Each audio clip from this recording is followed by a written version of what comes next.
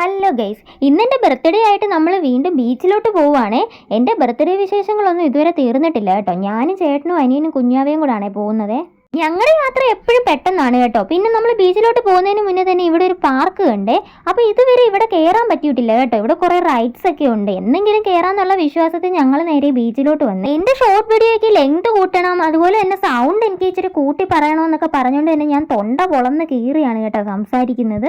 പിന്നെ അതുപോലെ തന്നെ എനിക്ക് ബീച്ചിലൊക്കെ വന്നു കഴിയുമ്പോൾ പ്രത്യേക ഒരു വിശപ്പ് വരും, ദാഹമൊക്കെ വരുവേ. അങ്ങനെ ആദ്യം ഒരു ബജിക്കടയിൽ കയറിയപ്പോൾ അവിടെ ആണെങ്കിൽ ഒന്നുമില്ല കേട്ടോ. പേരിനൊരു ബജിക്കട മാത്രമായിരുന്നു. പിന്നെ അടുത്ത ബജിക്കടയിൽ കയറിയിട്ട് ചിക്കൻ ഫ്രൈയും കോളിഫ്ലവർ ഫ്രൈയും പിന്നെ ചായയും മുട്ട ബജിയൊക്കെ വാങ്ങിച്ചിട്ടുണ്ടായിരുന്നേ. അതൊക്കെ നമ്മൾ കഴിച്ചു. പോരാത്തതിന് ഇവിടെ എന്തൊക്കെയോ പരിപാടികളൊക്കെ നടക്കുന്നുണ്ടായിരുന്നു കേട്ടോ. എന്തൊക്കെയോ പ്രസംഗങ്ങളൊക്കെ ആയിരുന്നു.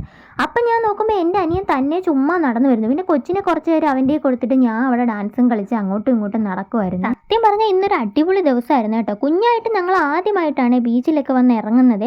അതുപോലെ തന്നെ സ്പീഡ് ലാഞ്ചും പിന്നെ പാരച്യൂട്ടിൻ്റെ ഇതൊക്കെ ഉണ്ടായിരുന്നു കേട്ടോ. എനിക്കും അതിൽ കൂടെ ഒന്ന് പറക്കണമെന്നൊക്കെ ഉണ്ടായിരുന്നു. പക്ഷേ ഇത്തവണ നമുക്ക് പറ്റിയില്ല. അടുത്ത പ്രാവശ്യം പറ്റുമെന്ന് വിചാരിക്കുന്നത്.